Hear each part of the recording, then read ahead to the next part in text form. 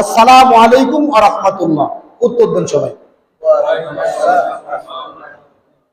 কেমন জানো জবান বন্ধ হয়ে গেছে, তালা মেরে রাখছে, বেরেনে ময়লা জমে গেছে। আবার সমস্যা আছে, বিশাল সমস্যা।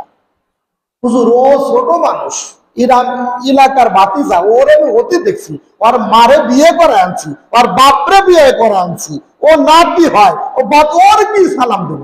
আস্তাগফিরুল্লাহ। কানা রাসূলুল্লাহ সাল্লাল্লাহু আলাইহি ওয়াসাল্লাম মাররা আলা গিলমানিন ফাসাল্লামা।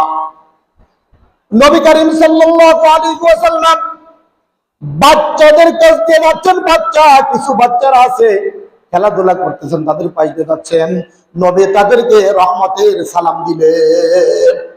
কে সালাম দিছে? নবী করিম সাল্লাল্লাহু আলাইহি ওয়াসাল্লাম বাচ্চাদেরকে সালাম দিয়েছেন। তাহলে আমি কোন বেটা যে আমি সালাম দিতে পারবো না? নবী দেখাইছেন সালামের ব্যাপারে বড় আর ছোট নাই। ছোটরা আপনি 10 দিন সালাম দেবেন, ও পরের দিন দেখলি কাকা আমার খালি সালাম দেয়, আমি কাকারে আগে সালাম দেবো, দেখবেন রহমত আসবে আর একটা ভক্তি আসবে।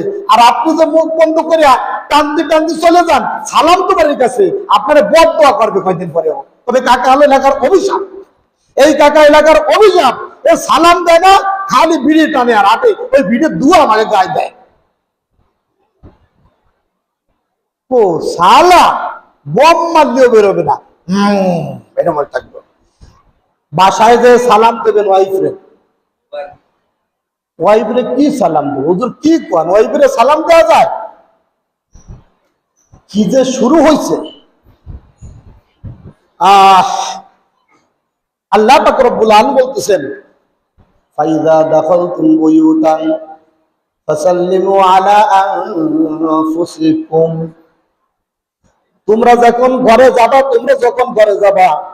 তোমরা নিজেদেরকে পরস্পরকে কি করবা? সালাম দিবা।